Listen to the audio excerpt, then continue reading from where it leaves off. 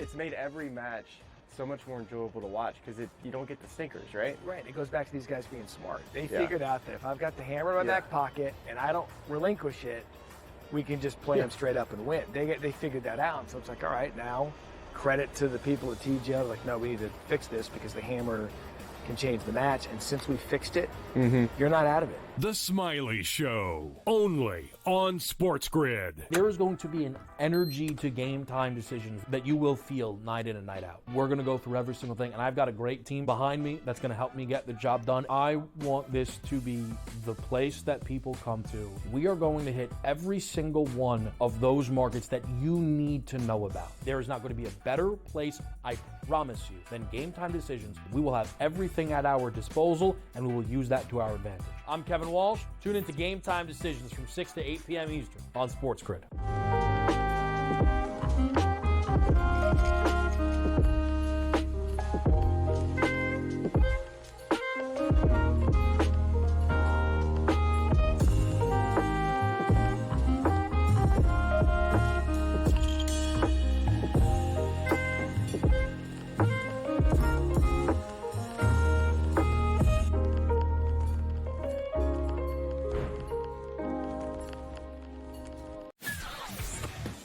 Off of the combine this weekend, there's been lots of anonymous sources and position coaches and all these things that sat down in interviews with him. A lot of teams allegedly don't see him as a first-round pick. Their big mouth that thinks they can do it either. They're embarrassing themselves. They all think they're so smart, everybody in this business. You're all a bunch of drips. Honestly, you don't know who's going anywhere. Pharrell Coast to Coast, only on SportsGrid.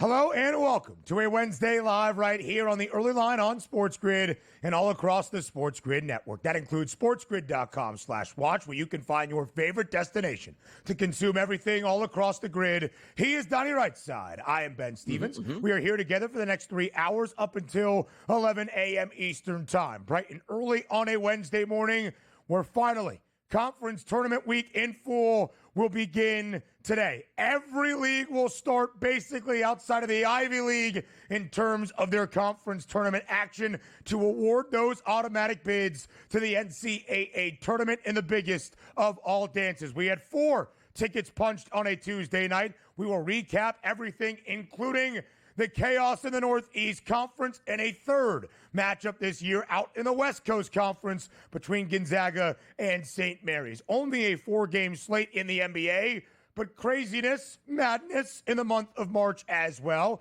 in Indianapolis. And of course, NFL free agency continues. Most of the big maneuvers have already happened, but a couple of quarterbacks still looking for a new home. In DRS at 4 p.m. Eastern Time on this Wednesday afternoon, the official start to the league year when all of those agreed-upon terms can officially be signed. Yeah, so teams can actually start sending out tweets like, hey, just signed this guy when we knew it happened about 72 hours ago. The college basketball was phenomenal once again yesterday. Hit a parlay for the people that I put out yesterday as well as my favorite play of the day. I told you guys, Gonzaga -3.5 was a great bet yesterday, a low-scoring tilt, which Gonzaga was able to win. How about Maine winning a game yesterday? That was sensational to watch it. Wow. And Delaware, just a little bit short yesterday at UNC Wilmington, but still able to pick up some cash because those guys like to sling the 3 ball. Didn't make a ton of them, but made just enough for your boy DRS to taste a victory.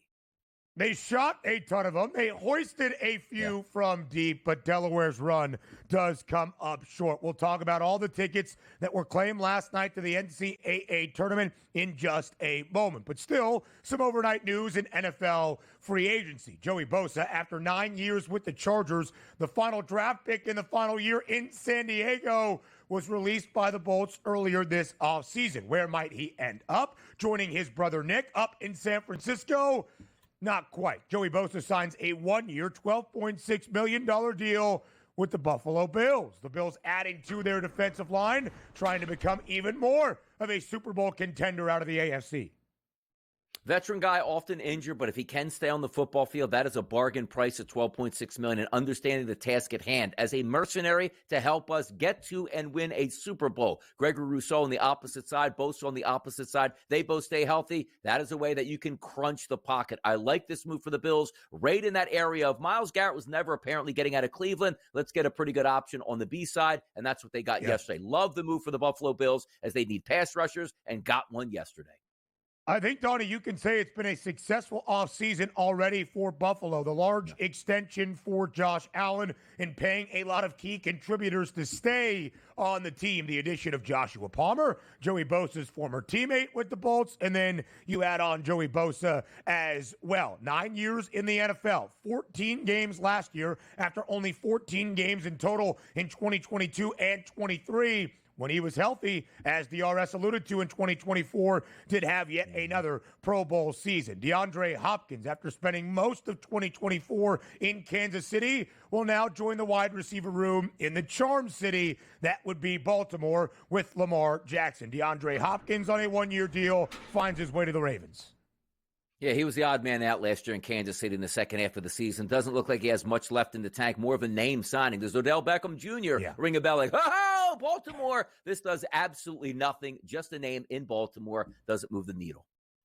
Fifth team for DeAndre Hopkins in his NFL career, now at 32 years old. Let's get to what we saw during Conference Tournament Week. WCC tournament title, a third meeting this year between St. Mary's and Gonzaga, the top two seeds in the tourney. And St. Mary's won both as a slight underdog in the regular season. Could the Zags exact some revenge? They do just that. In a low-scoring game, 58-51. Gonzaga atop the WCC for the first time in 3 years. 1-15. 0 for 16. That was the three-point line last night in the WCC from two teams that are very good on defense and really very good on offense. That was crazy, and that was one of the handicapping pointers that we picked out, is Gonzaga doesn't need the three-point shot, and they only made one of them and still won this basketball game and covered. How about that for an ugly rock fight last night? DRS, either St. Mary's or Gonzaga has won the WCC Conference Tournament Championship each of the last 17 seasons, dating back to 2008, the fifth in the last 6 years for Gonzaga. It was St. Mary's on top a year ago. 3 other tickets punched last night to the men's NCAA tournament in the Horizon League. The team affectionately known as Bobby Moe. Robert Morris back into the big dance for the first time since 2018. St. Francis pulls off the stunner in NEC competition, ending a 14-game win streak for Central Connecticut. The Red Flash win outright as a 10.5-point dog, and Delaware did keep it close, but UNC Wilmington gets the victory. They go dancing once more. Yeah, St. Francis, one of those schools you have to put the PA next to because you don't even know where it's at, and there's another St. Francis, you get mixed up with it, but they are going dancing, and I do like their mascot here, making a reappearance in the tournament. Looks like a good one over there. Was he a friar? Oh. What is he? What is St. Francis? Frankie the Friar. Indeed, a very large smile, rather devious grin, always excited by his favorite team. UNC Dub into the NCAA tournament for the first time since 2017. I said Bobby Moe for the first time since 2018. Make that 2015 for the Colonials. They handle Youngstown State in that Horizon League final. They cover as a 3.5-point favorite. It was dicey for the Cavaliers at home last night as a 16.5-point favorite against the Nets, trailing by double digits in the second half. Cleveland does rally to extend the win streak once more, make it 15 consecutive dubs for the Cavaliers.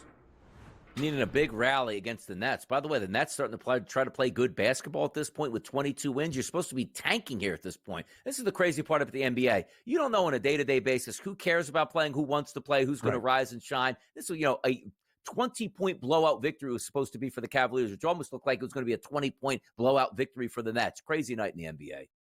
Yeah, it certainly was. Only a 4-game slate, and it got even a little bit crazier in Indianapolis. The Milwaukee Bucks up by 3 with about 3.6 seconds left. The Pacers design a football play of sorts. They get the ball to Tyrese Halliburton on the left wing as he's fading away almost immediately, although that might be debatable. After the catch, he hoists a 3, is fouled by Giannis.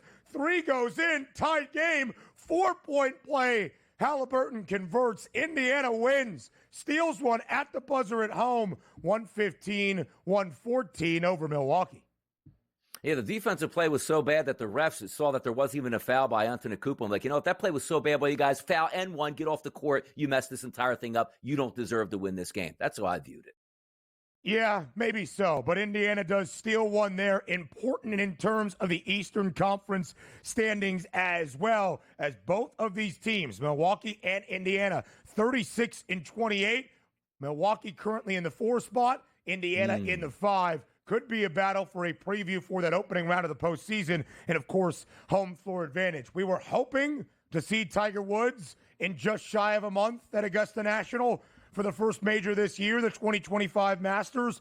But he revealed yesterday he has ruptured an Achilles and already undergone surgery. He's going to be out for a very long time. Donnie, the question now begs, have we seen the last of the 49-year-old in competitive golf? No, we haven't. The TGL might go bankrupt now because he was the draw there. But also understand this. In about, 10 months' time, somebody will put grainy footage of Tiger Woods chipping and get all excited as if he's going to make a major run again. The only person I feel bad for is who's ever running the sports books. It's like, man, there goes my bonus. Now we can't even steal millions of dollars on people that are idiotic enough to bet Tiger Woods. Yep, and they certainly would. NFL free agency news comes your way up next.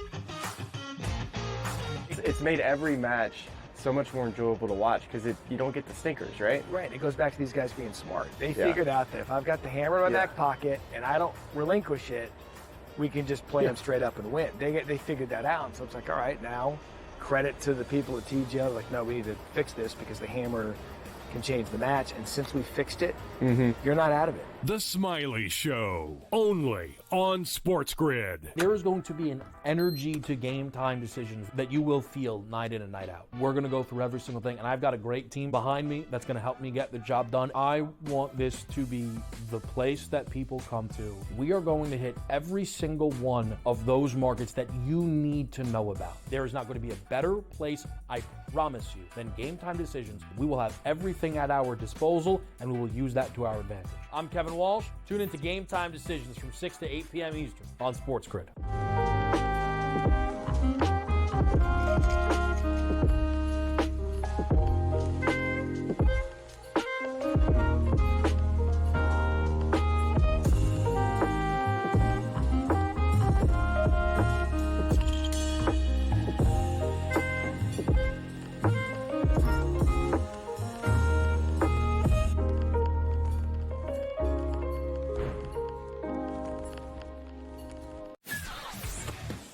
Off of the combine this weekend, there's been lots of anonymous sources and position coaches and all these things that sat down in interviews with him.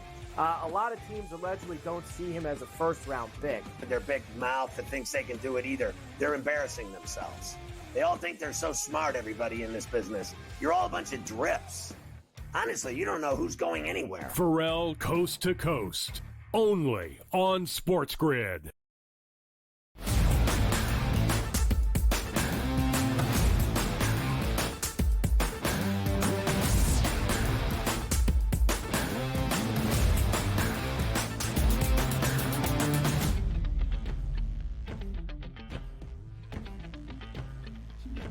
A big day around the National Football League as the free agency frenzy continues. As Donnie and I have shared, over the weekend, you would see a lot. Contract extensions for those biggest stars on your favorite team, potentially a blockbuster deal or two, and then a lot of action as the legal tampering window opened up at noon Eastern time on Monday afternoon. Then it starts to fizzle ever so slightly, as we saw yesterday. But, Donnie, a very intriguing move made by Indianapolis. They get Daniel Jones on a one-year, $14 million deal. Funny enough, regardless of how you feel about Danny Dimes, he was a quarterback in the market that many teams were intrigued by where he would go. Would he remain in Minnesota to provide that veteran experience for J.J. McCarthy? Would he go somewhere else to compete for a starting job? Finds his way to Indianapolis. No longer a $40 million man, but a $14 million man for the Colts. And the interesting part about this, too, is when you look at Daniel Jones, is he's a great locker room guy. So you figure he's the perfect bridge quarterback for a team that's building a bridge to down the line in a couple years, which means you'll bring him in, he'll stink at quarterback, but he'll be a good locker room guy, set a good example, but you won't win many football games because he's your quarterback. This is interesting here because now you take a look at Indianapolis that goes, we drafted a young, promising quarterback that everybody knew, including ourselves. Boy, if we can harness this talent, this guy could be able to set the league on fire in a year or two. You saw the talent right away, but then you started seeing the warts. Like, okay, we understand he's not accurate. We'll try to fix that. Didn't work out. And then you sort of got those leaks from the head coach and the general manager. This kid's not even putting in the time, like in the off season. This guy's not putting in the time in the work week. We got to actually sit him down mid-season, and then they put a camera in the kid's face. Like, I don't even know why I was benched at this point. You knew there was a massive disconnect. So over the next couple weeks, mid-season, he shows up probably early and puts his time in. They let him play quarterback again, but it's apparent.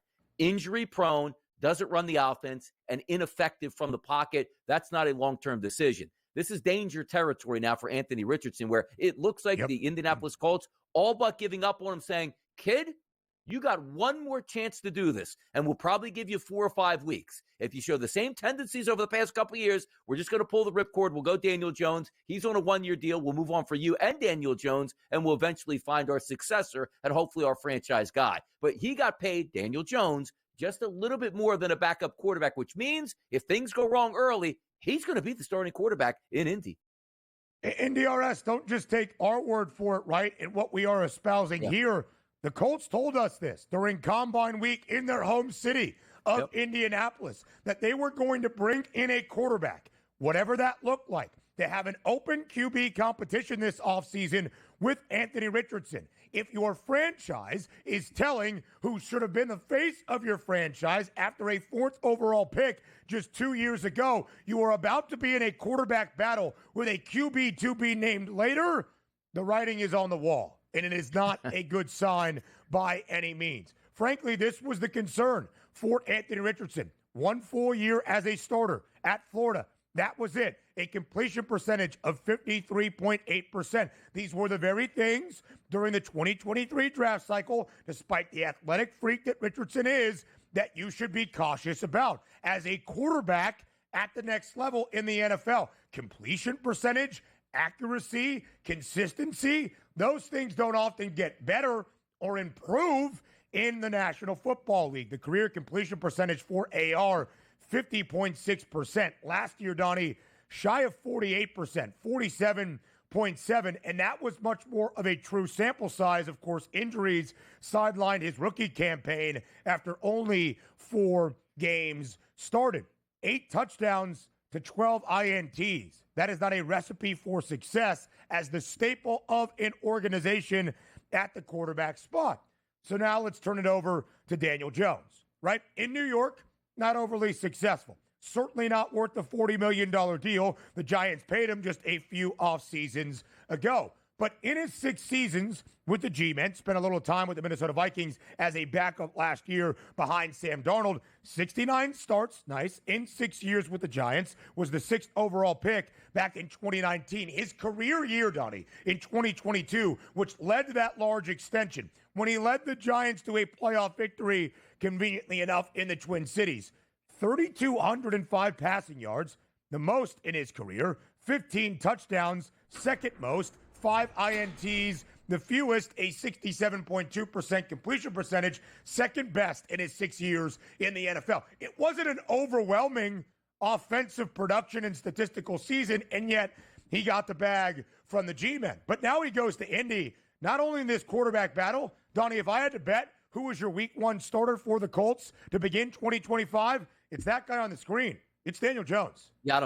I don't think so. I think they're going to do everything they possibly can to give Anthony Richardson a chance, which includes one of those last stand efforts by bringing another quarterback to say, hey, kid, time on you. You better put it together. Maybe get the best form of Anthony Richardson in the offseason. He's working out hard. He's training hard, but also in the film room, and gets a pretty good slate here from OTAs all the way through to training camp. But I would be hard-pressed to believe that Anthony Richardson is a backup. At that point, you should just flip him for a 7th-round pick or just cut him outright and admit your mistakes and move on at this point. I do think they want to motivate him, which is why they brought in Daniel Jones. Now, understand this. If Daniel Jones is your starting quarterback, he'll run that offense, and Shane Steichen is a really good offensive coordinator. He'll get the most out of Daniel Jones, which, again, the upside isn't great. I don't think the goal for the Colts was, let's bring in Daniel Jones to be our starting quarterback, but you still need a viable option to run your offense in being a professional organization. It's not a bad move to bring in Daniel Jones. He's not going to elevate your team, but also at the same time, he's not going to embarrass your team either.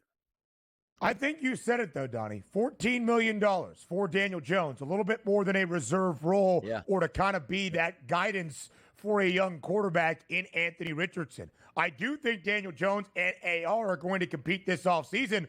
I'm not sure it's going to lead to the best of what Anthony Richardson has to do. I'm sure Indianapolis is saying that very thing right now. Again, for my money, week number 1, I would not be surprised by any means if Danny Dimes is that starter in Indy. It is a precarious situation for the Colts to invest your 4th overall pick in 2023 on a guy that might not start entering his 3rd year. Could be the case. But to Donnie's point, very much a prove-it year for AR, because after your 3rd year of your rookie contract, if you are a first-round pick entering your 4th year, the team has to declare, are they going to pick up that 5th-year option, basically your future with your team. More NFL free agency conversations next.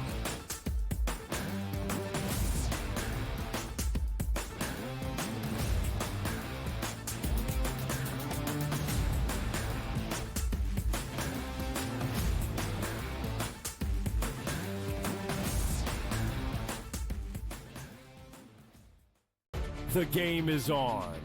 The stakes are high. But the action isn't just on the field. He's rearranging that rim. Get it inside! SportsGrid's in-game live.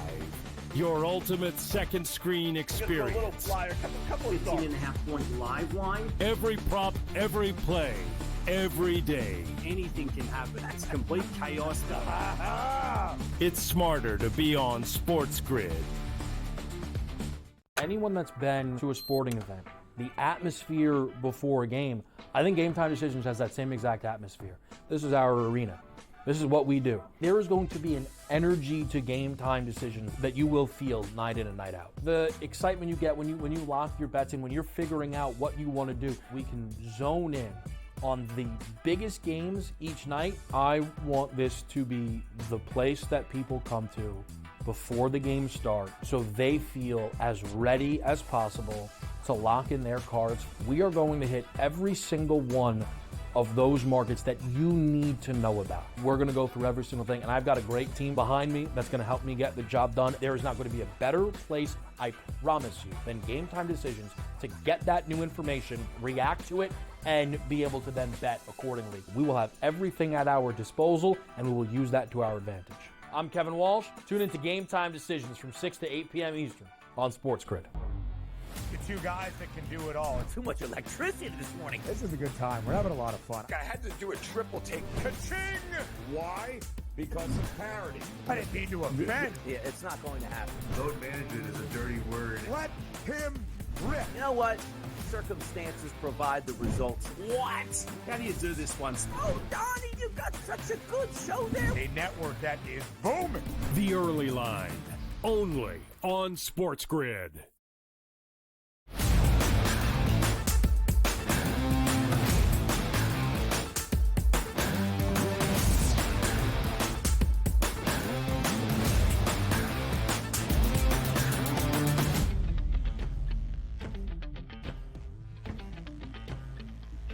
So, NFL free agency continues. Obviously, the spike in all the big moves happens on Monday afternoon into Monday evening, and then we see a few yesterday, a few more today, of course, as well as the official league year begins at 4 p.m. Eastern time. Teams can officially tweet out, we signed this guy. Happy to have this guy on our club now, and you can dot that line starting at 4 p.m. Eastern. Donnie, anytime there is a free agency window in the world of football, the quarterbacks will be front and center, even if the quarterback class is not overly illustrious. So as we look at the QBs during this free agency period, here have been the big moves. Some an acquisition, some a trade. Sam Darnold signs the big one in Seattle, 3-year, $100.5 million deal. He had the space to go to Seattle because the Seahawks shipped away Geno Smith to Las Vegas in a trade for a third-rounder in return on Friday evening. Justin Fields,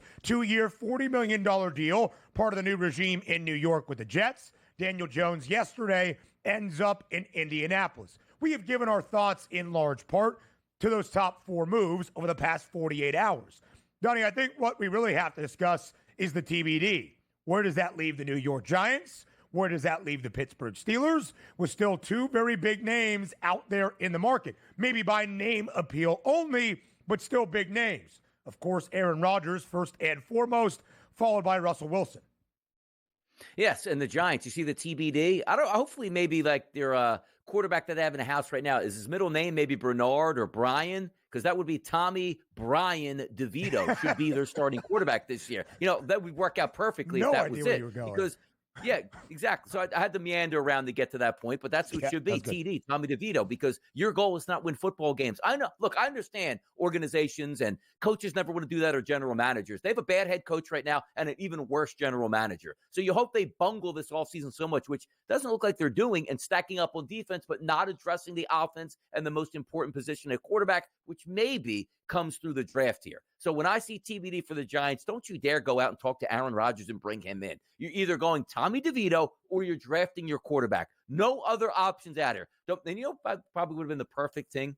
Why didn't you just bring Daniel Jones back here? Tank the season once again. Honestly, good locker room guy, and you get nothing out of it. And maybe you're not sold on, we have enough goods to trade up to get Cam Ward. That's the guy we want. And maybe we don't want to settle for Shedeur Sanders, who we like, but don't have it graded as high as maybe anybody else does. I'm interested to see where the Giants go, because that's going to tell you a lot. If it's just Tommy DeVito and they make no moves, they're pulling out all the stops in the draft to try to go to number 1 and get Cam Ward. Without that, maybe they kick the can into next year. But they signed a lot of players with talent on defense and paid some good money out there. It doesn't feel like they're looking to throw the season away with Tommy DeVito at this point. But don't go with the Band-Aid. As long as you don't go with the Band-Aid, I can live with it, Ben.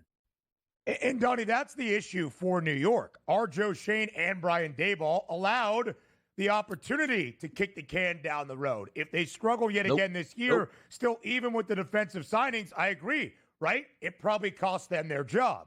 So that's the interesting part for New York. By the way, our producer extraordinaire doing some quick research on the fly, Joe Frizo, finding out that Tommy DeVito's middle initial, at the very least, is N.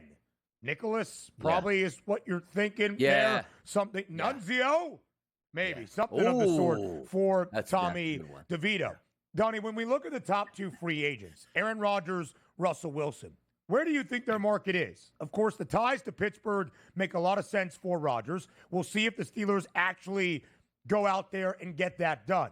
If that's the case, where does Russ end up? Does he end up in New York? Is he a backup somewhere we're not even considering? Where do you think the market is for those 2 top names?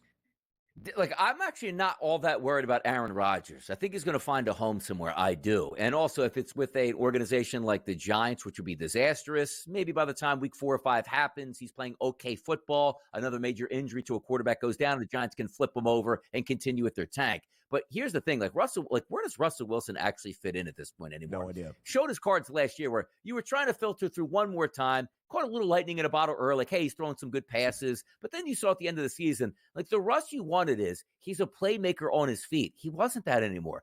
One guy can track him down and sack him quickly. That was never Russell Wilson that we watched in Seattle. So for me, the quarterback carousel really slows down with Russell Wilson, because I honestly don't believe that he should be on any team at this point. And I don't know if retirement's in the plans or somebody takes a flyer, but is Russell, hey, you know what? Let me just extend my career and be a backup somewhere. I don't think he's looking for that either. So I do think it's worse off in this market for Russell Wilson than Aaron Rodgers.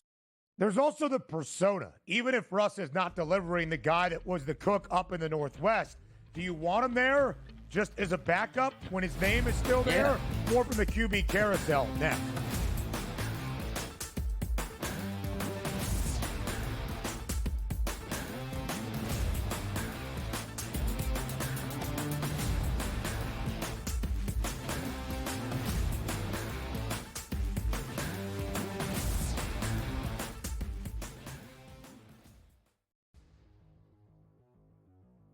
We're going to play a little game of true or false, fantasy or reality is what we used to call it. But instead, we're going to play a little game of buy or sell.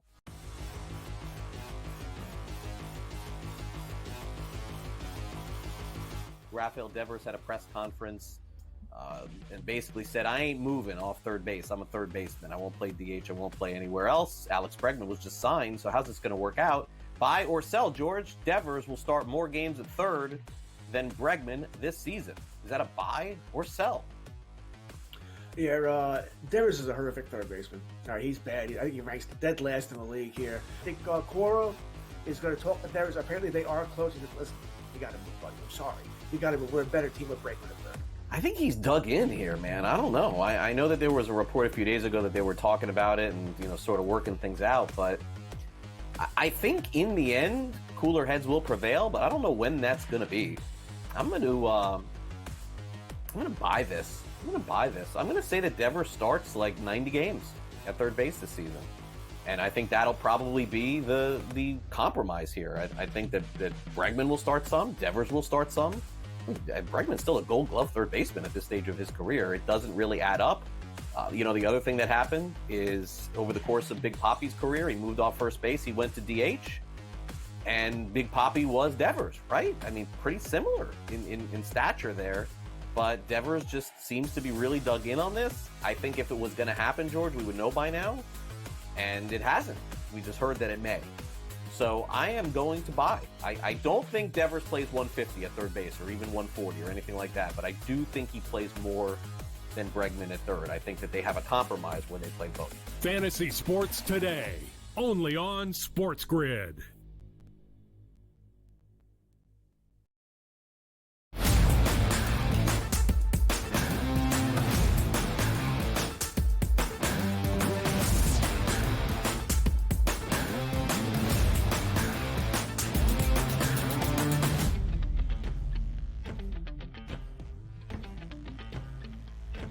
Live right here on the early line on SportsGrid, 4 p.m. Eastern time today, the official start of the 2025 NFL league year. And Donnie, of course, anytime you are early in an offseason, you identify the teams that might be willing to make a quarterback move or have a QB question to answer. As we go back to the notable QB acquisitions we have already seen so far this offseason, there were a few guys that signed with teams or destinations that, at least on paper, didn't really have a quarterback question to be answered, where there wasn't already a guy on the roster who did not start a handful of games for said team a year ago. That includes Indianapolis, but of course they won a QB battle with AR and now Daniel Jones. And Seattle seemed pretty firm. They trade Geno Smith. They get Sam Darnold, and now the Raiders, at least for the time being, have answered that question with Geno Smith, even if Donnie does not like the answer they came up with. The Jets answer their question with Justin Fields. Still about 4 teams, really, that I think are going to be fascinating to follow the remainder of this offseason, either to end out free agency, really not probably via a trade, but certainly in the 2025 NFL Draft. The Giants, Steelers, the Browns did trade for Kenny Pickett. I do think there is a good chance he could start a few games for Cleveland next year. And, of course, the team drafting first overall in the Tennessee Titans. Cam Ward, Shedeur Sanders there. Donnie, I think some of the moves made during free agency, I think some of the conversations we have seen following Combine Week in Indianapolis make it pretty clear. Whoever is selecting first overall is going to draft Cam Ward. More than likely Tennessee, but could the Giants make a move up if they are infatuated to give up a ton of draft assets to get that first overall selection and then grab Cam Ward? Then what would Tennessee do? What does Cleveland do with that second overall pick?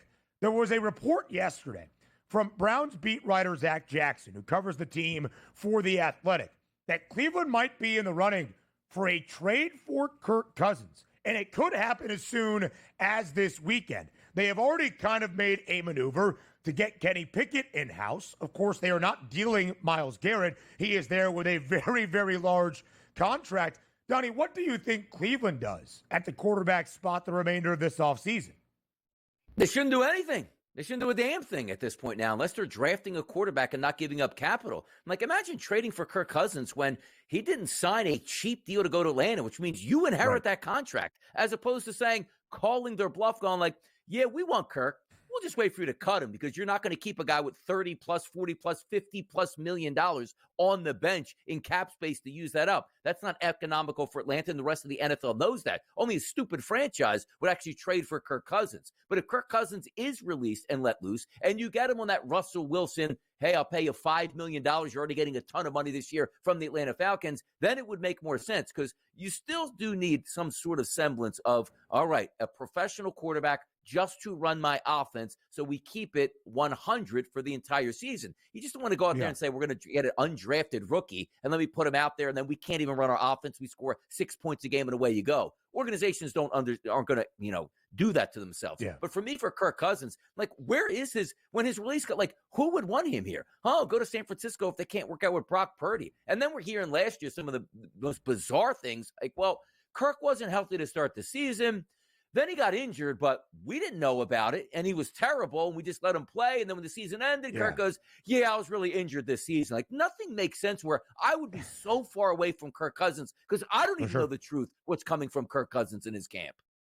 The Falcons are going to have to pay a good majority of Kirk Cousins' deal that he signed at this point almost exactly a year ago. There will be a cap hit in Atlanta, no doubt about it. But the team that takes him on, it's not a discount. It's not cheap. It's not inexpensive to get a quarterback who will be 37 before next year begins off a ruptured Achilles and, frankly, does not look like the version of Kirk Cousins that would move the needle. It is a fascinating situation to study, but Donnie, it really did seem early in the offseason, before the draft cycle truly began, you had two teams at the top of the draft board. Tennessee first, Cleveland second. Desperate need of a quarterback, 2 quarterback draft class, more than likely in the opening round. Cam Ward 1, Shedeur Sanders 2.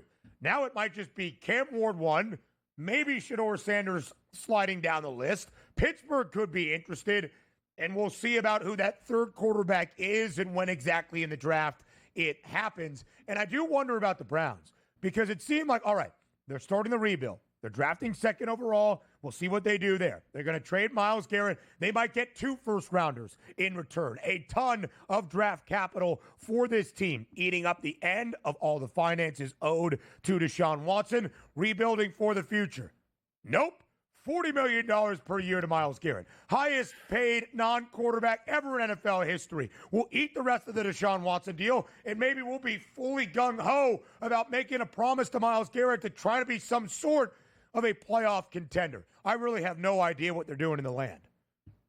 No, they don't either at this point. And their owner's basically just, I guess, parachuting in from time to time and not making any sense. And every single move, like, when has this move made sense, right? Like, you draft Baker Mayfield after you're horrible, and then it's like, hey, you got a shoulder injury. We don't know what you can be. And he goes down to Tampa Bay, he's winning division championships when you could have had him, didn't have to give up any capital for any other quarterback or hundreds of millions of dollars in guaranteed. You'd probably have Baker Mayfield in Cleveland at $30 million a year. And then you go, yeah, let's sign Myles Garrett. And we won a playoff game last year, and we're ready to take the next step. They're not ready to do anything. Like, until you get a clear assessment where they tell you, here's what we're looking to do, which most people with common sense are going, you're not doing anything until Deshaun Watson's contract is through. Then we can look towards the future. But they're saying, like, no, maybe we'll get Kirk Cousins, and we just got Kenny Pickett, which doesn't really move the needle, and he's really cheap, but we're going to pay a quarterback as a defensive end, even though we're not ready to win, because I always get down to this, Ben. The roster last year was talented entering into the season. You got like 3 wins, and then you signed Myles Garrett to $40 million a year, and you still have the same roster, but a quarterback that even got hurt again last year. Like, what are you doing in Cleveland? You're not making any sense with any move you make. Myles Garrett is fantastic, just not for the Browns. No leadership in Cleveland. That's what we're saying. There does seem to be an idea, right, that Kevin Stefanski has done a lot with a little at the quarterback spot during his time. Again, it doesn't make a lot of sense. We talked about a few of these big moves yesterday. Joey Bosa, 1-year deal in Buffalo if he is healthy. Great move for the Bills, building up that defensive front. DeAndre Hopkins, after a majority of 2024 in KC, goes to Baltimore on a 1-year deal. Leonard Floyd, released by San Francisco yesterday, ends up in Atlanta. KC loses Justin Reed, signs a 3-year, $31.5 million deal in New Orleans. Jawan Johnson, the tight end, remaining in the Big Easy as well. And Kevontae Turpin, the speedster, the return specialist, he signs an extension in Dallas. Yeah, and I mean, it's all moving down all the way through, but you're also understanding this. The bargains are going to start to come now. And some of those teams at the top of the stack, like the 2 Super Bowl teams, laying low for the most part. Now, the Kansas City Chiefs did make some moves on their offensive line, lost some players on defense. That's going to happen. But the Eagles laying in that cut here, waiting for maybe, hey, look, we can't pay everybody to understand that. We're going to try to be judicious. The one interesting move yesterday, too, from the Philadelphia Eagles was Chauncey Gardner-Johnson being moved out of town. Sort of a salary cap move and, veteran guy, but maybe Vic Fangio doesn't like him. Second time in like 3 years that they've kicked him out of Philadelphia, which is interesting nonetheless. But then they're in on like Justin Reed at safety yesterday for a big money deal. So the Eagles are trying to make some moves that don't really make some sense right now, but you're just putting the trust in your general manager at this point, saying, I think this is going to work out in our direction. But there's a lot of value out there right now. We'll start to see that come through over the next 48 hours. DRS, that was like the final breaking news update right before you left for the money line yesterday. Did you ever uncover why exactly the Birds made that move to trade CJGJ to the Texans? The only thing I could think of is that, again, it's Vic Fangio's defense. And if he comes in and evaluates that he might have a better option somewhere else, you're probably going to trust him. Because CJGJ is very headstrong in a lot of ways here. Emotional leader of the defense, wasn't making a ton of money. Like, hey, his cap hit's $19 million. That caught me so off guard that I didn't understand even how to rework that. And still today, I'm like, I don't really understand it if now you're looking to sign another safety out of here, not just going with Sidney Brown, who you drafted in the 3rd round a couple years ago.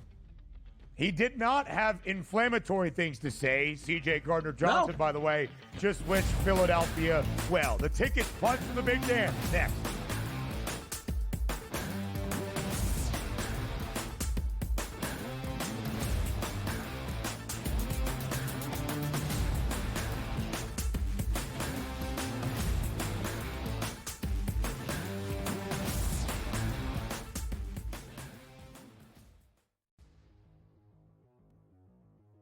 Play a little game of true or false, fantasy or reality is what we used to call it. But instead, we're going to play a little game of buy or sell.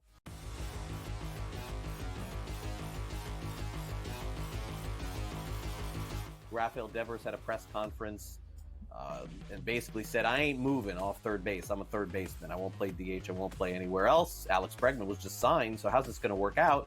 Buy or sell, George? Devers will start more games at third than Bregman this season. Is that a buy or sell? Yeah, Devers is a horrific third baseman. All right, he's bad. I think he ranks dead last in the league here. I think Coro is going to talk to Devers. Apparently, they are close. Listen, you got to move, buddy. I'm sorry. You got to move. We're a better team with Bregman at third. I think he's dug in here, man. I don't know. I know that there was a report a few days ago that they were talking about it and sort of working things out, but I think in the end, cooler heads will prevail. But I don't know when that's going to be. I'm going to buy this. I'm going to say that Devers starts like 90 games at third base this season. And I think that'll probably be the compromise here. I think that Bregman will start some, Devers will start some. Bregman's still a Gold Glove third baseman at this stage of his career. It doesn't really add up. The other thing that happened is over the course of Big Poppy's career, he moved off first base, he went to DH, and Big Poppy was Devers, right? I mean, pretty similar in stature there. But Devers just seems to be really dug in on this. I think if it was going to happen, George, we would know by now. And it hasn't. We just heard that it may.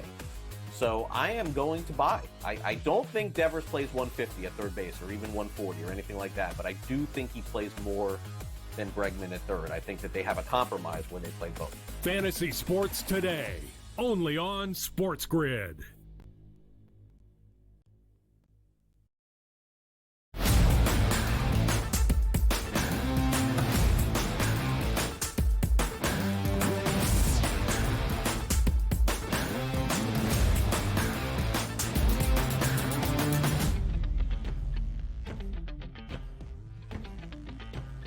Yesterday during conference tournament week, 4 tickets up for grabs to the men's NCAA tournament.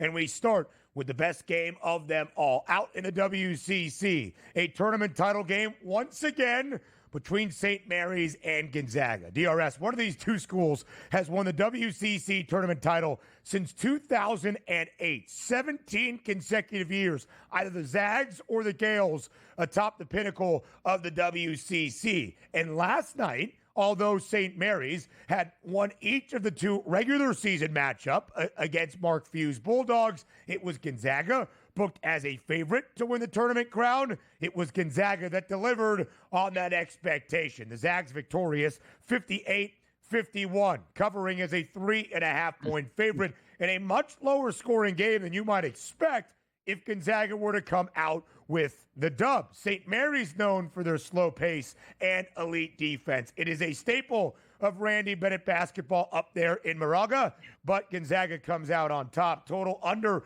138.5. The Zags claim their 5th WCC tournament championship in the last 6 seasons. St. Mary's went 17-1 in conference play in the regular season. St. Mary's beat the Gonzaga Bulldogs twice in the regular season. They lined up in this game, slight favorites here to Gonzaga at -3.5.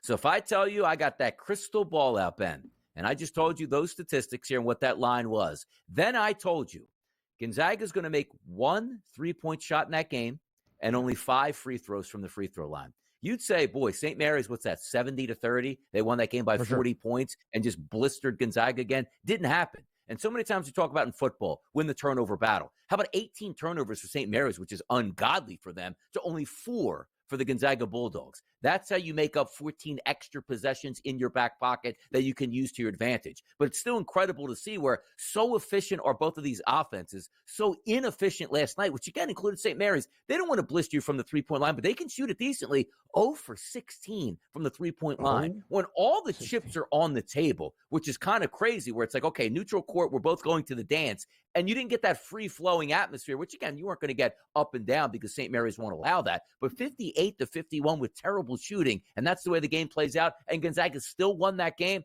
That was incredible to see. Now, the one thing is, I knew I liked Gonzaga. I didn't watch that game because I was fast asleep. But congratulations to the people that watched that basketball game all the way through with that type of efficiency. It was a terrible watch. It was a rock fight. But, hey, it's got to be a winner and a loser, and Gonzaga was the winner.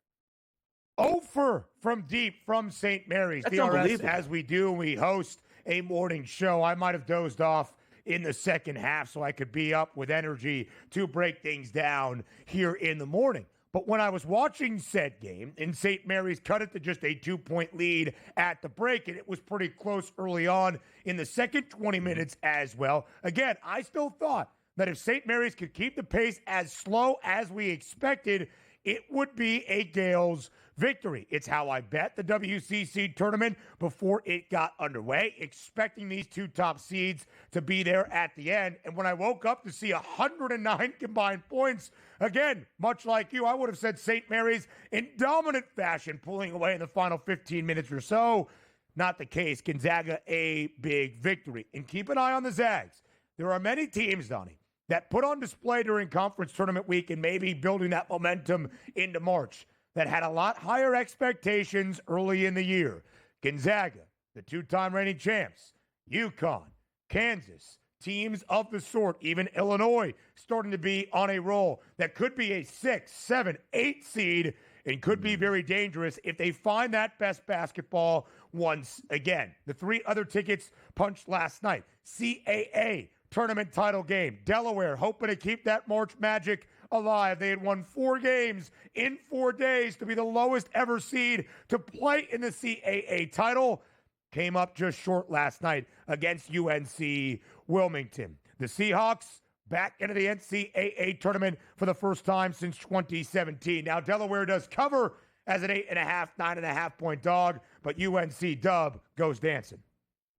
Yeah, good run there, too. Even in the second half, the Delaware Blue Hens sort of had UNC on the ropes for a bit, but a better team prevailed because, again, we can agree, UNC Wilmington was better. The one great equalizer that you always have, and you saw the Delaware Blue Hens have, is that 3-point shot. If it's going down, there's almost nothing the other team can do. And coming into that game hot, and even for me, I bet John Camden to make at least 2 3-point shots. He went 3 of 7. And then also Timko to make at least 1 3-point shot, and he did that. But then you look at the team itself, 7 of 22, 31%. That's okay. But you want to knock off a higher-rated team and still stay hot, you better shoot 45% in that game to really backpedal them. They weren't able to do that. It's a shame. That run comes to the end. They almost pulled off the miracle here, which is why it's so much fun to watch some of these lower-level conferences. But congratulations, UNC Wilmington, 4-4 in conference, 14-4 in conference play. They deserve to go, and they're going. Yeah, they certainly do. Takeo Siddle has done a great job for UNC Dub. They are back into the big dance. In the Horizon League, Bobby Moe, Robert Morris, a victory last night, as was expected, against Youngstown State. The Penguins were looking for their first ever trip to the NCAA tournament. Instead, the Colonials win by 11. They cover as a 3.5-point favorite. They're back to the big dance for the first time since 2015. In the true chaos last night, DRS, Central Connecticut, a minus 210 favorite to win the NEC and gain that automatic bid to the NCAA tournament, was riding a nation-long 14-game win streak, entering last night's championship game at home against a St. Francis PA team that was sub 500, and the Red Flash pull off the stunner in a low-scoring game, 49-46. St. Francis wins outright as a double-digit underdog. The Red Flash back into the big dance for the first time since 91, the second ever time in program history. They have been a D1 program for 72 years. 8-8 in conference play, wins it when Central Connecticut was 14-2. And by the way, St. Francis Red Flash. When was it? Was it? It wasn't always the Red Flash, was it? When did this name change come in? Were they the Friars before? I have no idea. Like, how were they the Red Flash with a Friar as their actual, I believe it's their religious affiliation. Frankie the Friar, if you have not seen the mascot for St. Well, there's already a Friars, but I guess there's a lot of Wildcats. I mean, come on. Listen, you're bringing up good points. We'll investigate. Look, Blue Devils. They just played a team called the Blue Devils. For sure. There's another Blue Devils out there? Right. Yeah, there is. No, you're right. Come on. Yeah. Listen, I'm not arguing, but the Red Flash, go dancing. The 20th ever team to do so with a losing record since the field expanded. More college basketball next.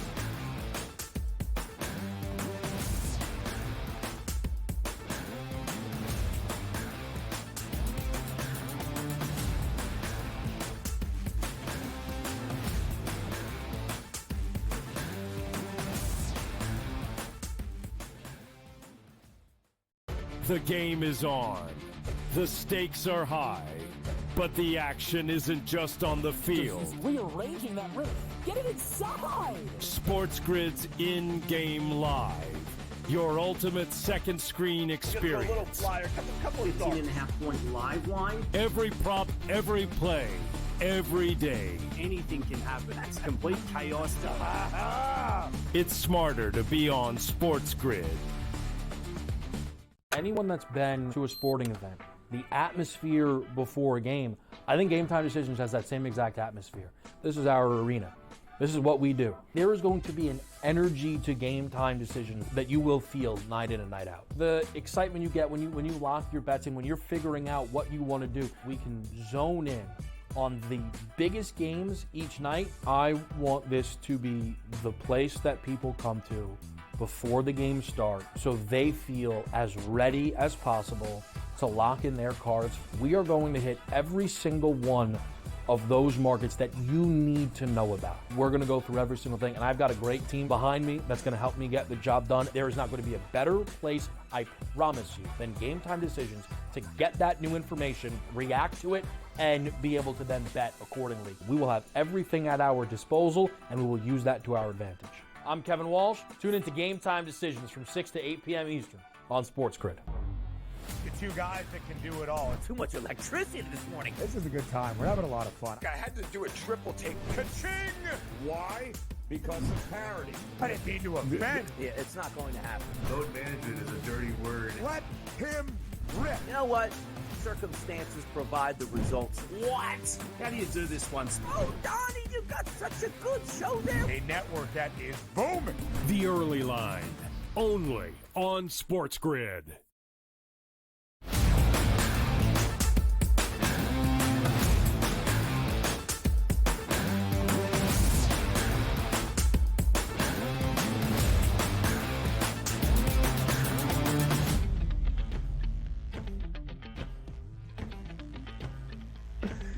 Plenty of college basketball news and scores from a Tuesday that also saw the beginning of the high major level of men's conference tournaments. The ACC and the Big 12 underway in the opening round, and now round number 2 today coming from Charlotte and Kansas City. ACC and Charlotte should always be in Greensboro, but that's a different conversation for a different time. Some really interesting games in the ACC yesterday. Notre Dame prevails against Pitt on a very, very, very controversial foul call in the final second that allowed Notre Dame on a putback to go to the line. They make the first free throw. They win 55-54. Cal knocks off Tech in double overtime, led by Andrei Stojakovic, the kid of Peja, 82-73 for the Berkeley Bears. And my alma mater, the dumbest basketball team I've ever seen, somehow prevails against Florida State. Syracuse wins as an underdog outright, 66-62. And just quickly, a moment for Leonard Hamilton, Florida State's head coach. He had been in college basketball as a coach for nearly a half century, 23 years in Tallahassee. Yesterday, his final game, stepping down at the end of this season now for the Noles. An absolute icon and legend in college hoops. We salute Leonard Hamilton. Yeah, he's been around for a long time, too, but I guess the NIL game caught up to him where I think he still owes a couple of his players a few $1 million, so decided to skip out of town while the getting was good. 66-62 final. Nice Come on, man. the guy. Yeah, get out of town, Leonard. Come on, pay your bills, Leonard. How about that? Pay up. Luke Laux, the former Sacramento Kings assistant, now hired as Florida State's new head coach. Big 12 ball, Cincinnati absolutely runs roughshod over Oklahoma State, covering as a 6.5-point favorite. Cincy now takes on Iowa State. Compelling game in the opening today in KC in Big 12 tournament action. Colorado, just their fourth Big 12 win of the year, and now 21 total games, upsetting TCU outright 69-67 as a 2.5-point dog. UCF knocks out Utah. They were a slight underdog of 1.5 points.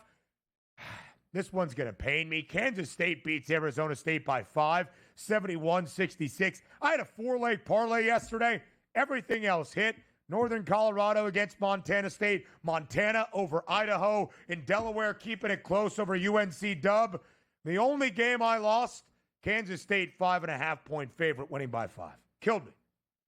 Yeah, tough seeing yesterday across the board, but we just wanted to get those. It's nice to see the Power 5 conferences get in action here, but we knew that those games would be a little bit more low level. Now we're going to start to see the excitement ramp up today as the better teams start to play the bigger conferences, and we'll see if they can get knocked off or hold their own, because I wasn't all that excited with the games that they had presented outside of, let's just say, Gonzaga was going to take on St. Mary's or, Delaware looking to make a run. I wanted to get involved in that game. It was fun, but I didn't look at that card yesterday. Boy, there's a lot of fun matchups here, and there's a lot of 55-54, 66-62, games played in the 50s and the 40s. There was some bad basketball yesterday. We hope does improve and should improve, because when the better teams come out to play, the games get more fun and look like you can sort of sit back and say, you know what, let me watch this game all the way through, see what happens. 11:30 a.m. Eastern time. Our first tip today in A-10 tournament action in Brooklyn inside the Barclays Center. Davidson and Richmond. Steph Curry, assistant GM for his alma mater in Davidson, despite still playing in the NBA. In the other high major leagues, they start their conference tournament action on this Wednesday as well. That's the SEC, the Big Ten, and the Big East. Not all that far away from us at Madison Square Garden. I look out into the beautiful restaurant here at Versa, at the hotel, the Renaissance Hotel, a couple of blocks away, seeing if I can see any fans or perhaps some coaches and players. They often do stay here because of its proximity to the world's most famous arena. Let's start DRS with an overview in the SEC. We'll continue it when our second hour begins in just a couple of moments. Auburn, of course, the favorite to win the SEC tournament at plus 145, but a lot of people pointing to Florida at a plus 270 number to maybe rival the Tigers and claim the conference tournament title. Yeah, I'm worried about Florida. I am, because, and I keep saying this, it's sometimes you have blind spots on teams. Florida is really good, but I haven't really got an invested look at them of why I should be betting them, because most of the time you're looking at the top team, let's just say in the SEC, which would be Auburn. Alabama's always fun. They've had 2 unbelievable games over the past 2 weeks, but the one thing that we do know is Florida has some big-time wins on that schedule, which means they can beat anywhere, anybody at any time. I got to take a look. After the SEC tournament's over in Selection Sunday, I got to make a decision on Florida, because right now I feel like I haven't been paying enough attention. I bet the Gators to win the SEC tourney. I've got to bet on Florida to win a national championship as well. The conversation continues when Hour 2 starts next.